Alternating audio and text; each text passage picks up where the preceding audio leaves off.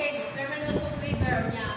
Itawag ko sa inyo ito nga, apirmahan siya ko. Niya itong waiver na akong ipirmahan, ako pang di pa notaryuhan, kay para move-it na yun ang akong inikaw. Karon, nagbuwan na ko sa visa, praise the Lord. So, God's will na, panuman na siguro na nangita yung way. So, pwede ko sa visa. Salamat ko, Lord. Amen. So, nindot kaayo mo, ipahimutan yun ni Lord ang tanan. Basta, mangayon kita niya sa kinasing-kasing. Amen? So, di kita na pakyasan mga isuod. Ato kinasimanan kayo. Atong Ginoo, mga dinulanon sa tanang panahon. Amen? Kaya mo ang pasalamat, sister. Napakana ko si Lord. Thank you, Wilas na guys. Tanang grasya. Sabi ni Kiyon, happy na lang problema. Isa sa problema, ako pinag-reverse ni Lord.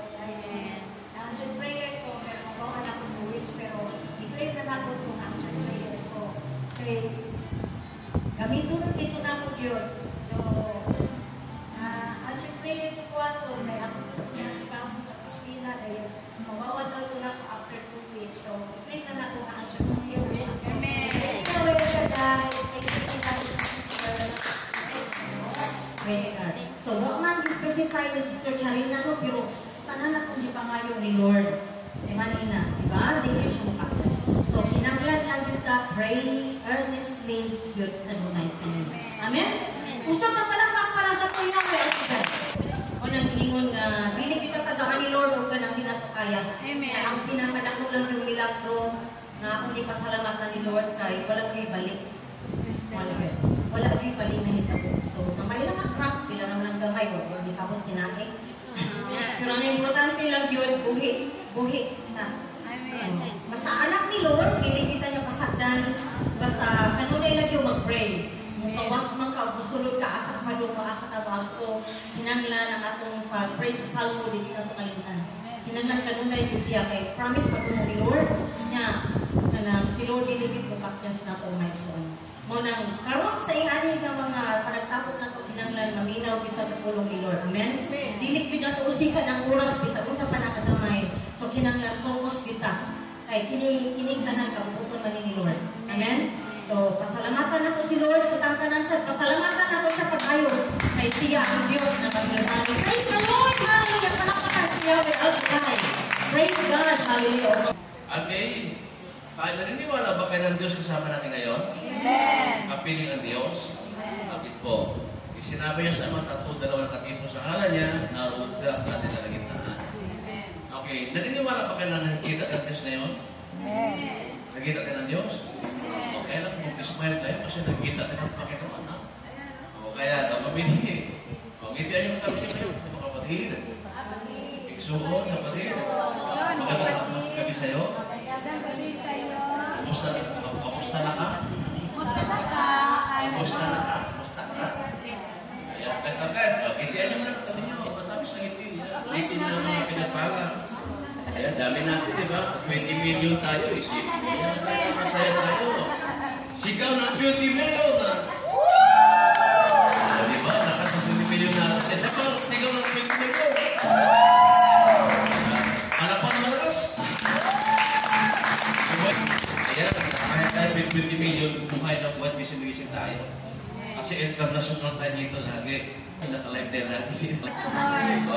Good morning dyan sa YouTube. International yan eh. Abroad sa Pilipinas. Good morning, good evening, or good evening sa lugar nyo. Welcome sa Taburong Talisay, Cebu City. Cebu 13 na. Advertise po, every Saturday, Sunday po, Cebu City. Okay to? Big time kayo. International kayo eh. Hindi mo tapos kapatid. Magandang gabi sa'yo. Magandang gabi sa'yo. Magandang gabi natin. Amen. Hindi mo kapatid. I love you. I love the Lord. Kailan mo wala akong mag-pass na live view. Okay,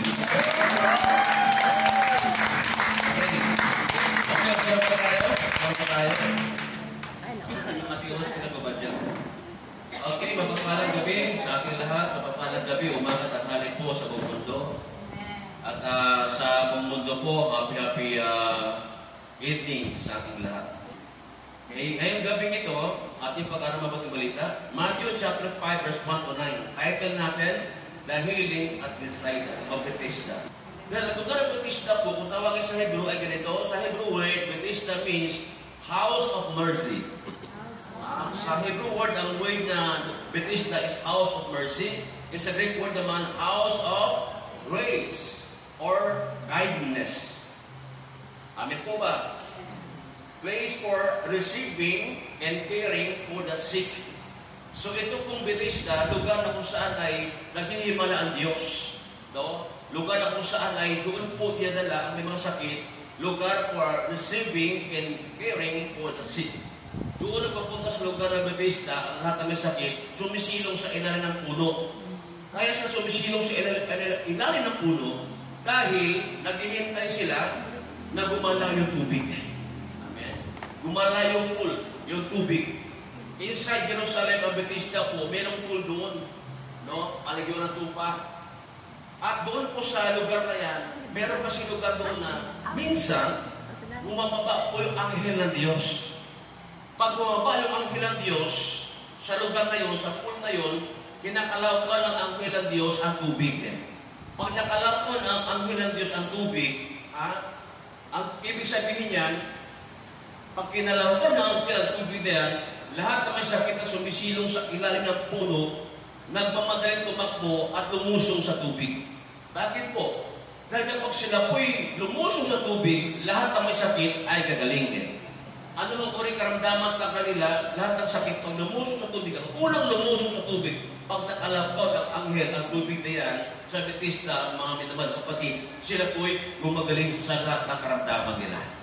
Ay, ibig sabihin, kaya lahat kami ng masakit, doon pupunta, nag-aabang sila na gumalaw ang tubig. Walang oras, walang araw, kung kailan gagalaw ang tubig. At hindi po nila alam kung kailan bababa yung anghel ng Diyos para kalawin ang tubig. Kaya ginawa nila, lagi silang nagpabantay. Hello? Lagi silang nagbantay. Binabantay, araw-gabi nagbabantay sila. Pag gumalaw ang tubig, takbo agad! Lusong para gumaling sila. Ang unang tumakbo, lumusong sa tubig, gagaling sa anumang karamdaman. Ngayon, mayroon doon isang tao na may sakit. Ang sakit niya po ay paralitiko. Amen? Ano ba yung paralitiko sa Bisaya? Pareho lang? Pali-pali talaga yan. Pali-paliho. O sa English, ano yung paralitiko? Kasi paralyze. Pag paralyze, makatakbo hindi. Hindi. Mahagalaw hindi. Hindi. Ngayon, lahat ng may sakit na doon, pag kinalapan tubig, takbuhan sila. Mayroon doon ng isang tao may karamdamang paralyze. 38 years na may sakit. Paralyze siya. 38 years na may sakit. Lagi nakaabang sa tubig na kalawin ng anghel. Ang problema, tuwing kinakalakaw na ang hilang tubig, hindi siya makalusong kasi hindi siya makatakbo. Amen? Ibig sabihin, naghihintay lang siya na may mahabag, may maawa na imalungin niya. O kagahon siya, dalpong sa tubig. Ang problema, wala pong naawa sa kanya. Wala inalungin niya. Dahil pag kinalakon ang hilang tubig, kanya-kayang takbo sa tubig. Ang sinabi ng Biblia, ang unang lumusong ang galing. Ibig sabihin, yung pangalawa, pangatong, hindi gagaling. Yung una lang. Diba? Ang problema, inabot ng 38 years ang paralyzed na to, hindi makalawang sa tubig, naghihintay siya na may magdala sa kanyang tubig. Walang naawa sa kanya. Dahil lahat ng kasama niya, may mga sakit din. Lahat na nandoon, may mga sakit din. Kaya siyempre, pag bumalaw ang tubig, kanya-kanya takbo. Hindi siya makatakbo, paralyzed siya. Ibig sabihin, kawawa siya. Walang intabang niya. Walang naluin niya. Kaya inabot siya ng 38 years sa kakihintay. Doon sa Bethesda. Bethesda was the name of the pool inside Jerusalem. Doon sa naghintay. For 38 years, walang tumulong sa kanya. Amen po ba? Walang tumulong. Hopeless siya kayo. Wala na aluin niya. Kaya ang iba, mga sinisigurado niya ang sarili nila eh. Diba? Kunyari, kamuntanan ay sakit. Nagpaabot mga tubig muliho. Siyempre, magunahan ng dagat, di ba? Malulusong sa dagat.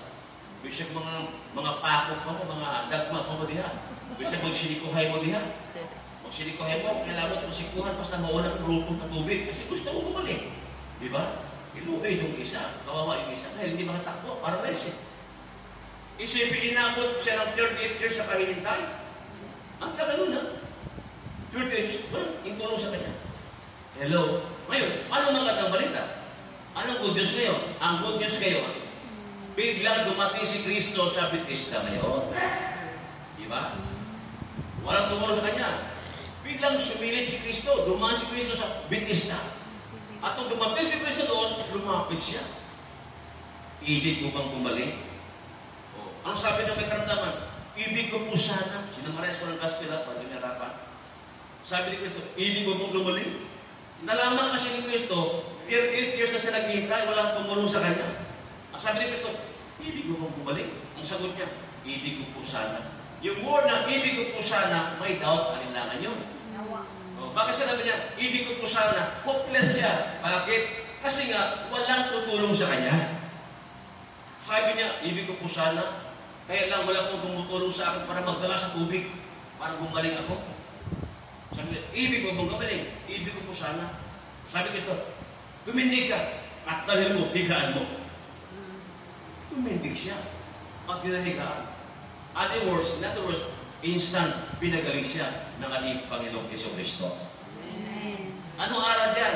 Ang aral dyan, ang buhay may pag-asa.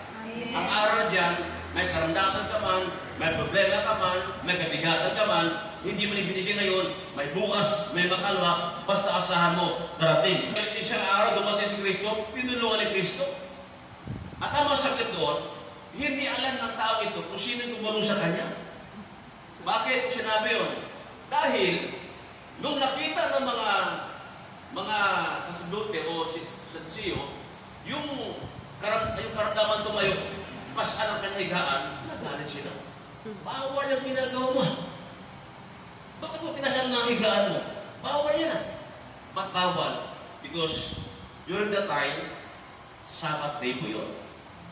Pag Sabbath day, bawal kumilos, gumalaw. Bawal.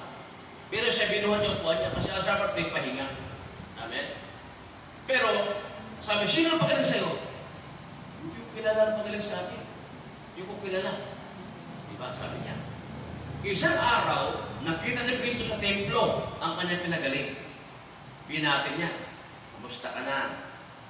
Bay, kamusta ka na, bay? Maayon na ka, bay? Maayon na ako? Sabi ko, okay, maayon na ka. Huwag ka na magpakasala ulit. At doon nakilala ng lalaki kung sino na pagaling sa kanya. Si Kristo Jesus. At nung makita, nalaman niya na si Jesus na pagaling sa kanya, nireport niya ngayon sa mga ano. Nireport niya. At nalaman ngayon ng mga pagtayo na si Kristo na pagaling, nagalit. Hinahantay si Kristo at gusto patayin. At gusto patayin si Kristo kasi nagpagaling siya sa araw ng mahinga. Ang Sabbath day, ginawa ng Diyos para sa kabutihan ng tao. Hindi ginawa ang tao para sa Sabbath day. Ang Sabbath day, ginawa ng Diyos sa kabutihan ng tao. Masama ba ginawa ng Kristo? Para sa kabutihan ng tao, ginawa ng Kristo. Bakit? Nagpagaling siya. At sino magbatas ng Sabbath day? Si Kristo pa din. Mag-vote sila. Amen po ba? So makita mo doon yung kabutihan ng Diyos. Amen. Ang point na araw dito, yung 30 years na hopeless po siya, na walang tumulong sa kanya, walang naglusong sa tubig sa kanya, inabot ang 30 years, dumating ang araw, si Kristo ang gumalaw sa kanya at pinagaling siya. Ang ganda ng mensahe niya, na ilang taon pa humihingi siya yung hindi binibigay, isang araw, ibibigay niya ng Diyos ang pakailangan natin. Ako niyo? May pag-asa. Habang buhay ka, may pag-asa. Kaya huwag ka mawawala ng pag-asa. Darating din ang pag-asa. Kundi man ngayon ang panahon na para sa iyo. Basta maghintay ka lang. May kanta din ba yan? Kung hindi tayo, ano yun? Na para sa iyo, huwag maiinip dahil ganyan ang buhay sa mundo. Huwag mawawalan ng pag-asa, darating din ang ligaya. Ang isipin mo'y may bukas pa na may mayroon saya. Gabi ko ay hindi handa upang tumakas ka sa abot. Huwag kang iiwas pag nabibigo, dapat na tumawag ka. Yes, Lord. Ang kailangan mo, tibay ng loob, kung may pasuman. Ang liwanag ay hindi magtatanggal, at muli namamasdan. Ang mundo ay hindi ang kailangan mo ay magkakamtan. Basta't maghintay ka lang.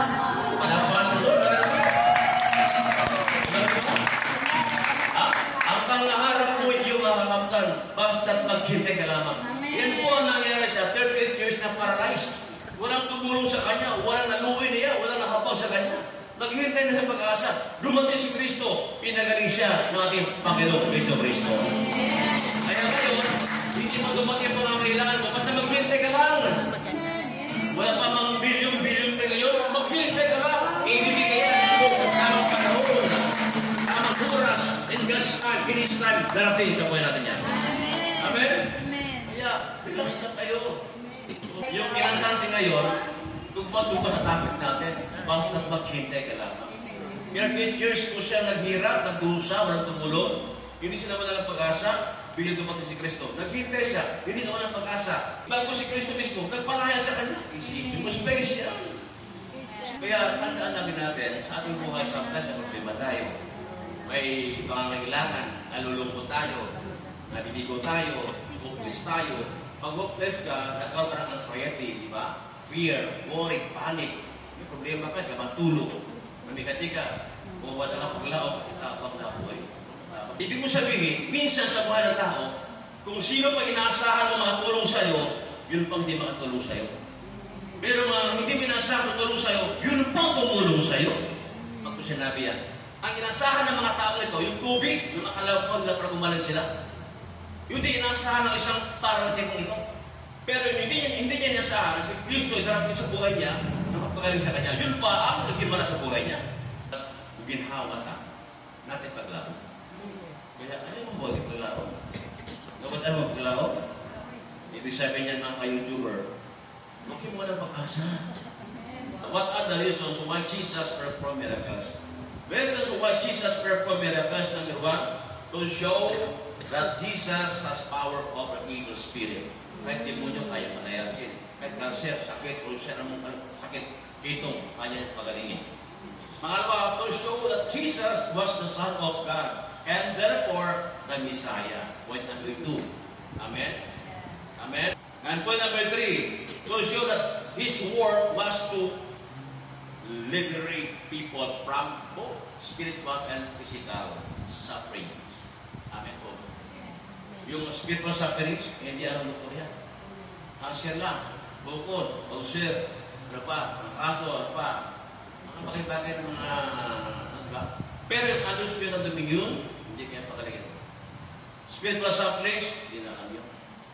Pero sa Diyos, may spiritual, may physical, anong karamdaman, patay ang buhay, nothing is impossible to our Yahweh. The source of all our needs. The source of all our needs, physical, spiritual satisfaction, si Kristo lang. Amen? Sabi niya, I am the bread of life. I am the bread of life. You comes to me, will never be hungry. You who believes in me, will never be thirsty. Siya lang, source ng lahat. Amen po ba? Amen. Ano ba naramdaman ng mga nakaranas ng goodness ng Lord? Mali pa yun. Pero itong mga tao, more di mali pa yun. Hindi lang sa permitting mali pa yun. Kailangan pati after permitting mali pa yun pa din. Hindi yung sa permitting, may pa yun. Pag sa bahay, suko-suko. Pag sa permitting, may Lord, hallelujah! Sayaw sa kalipay. Mga kalipay, sayaw. Tapos na gawain. Wala na, napaypay na naman. Iniisip, asa ka mangit na nagkwarta.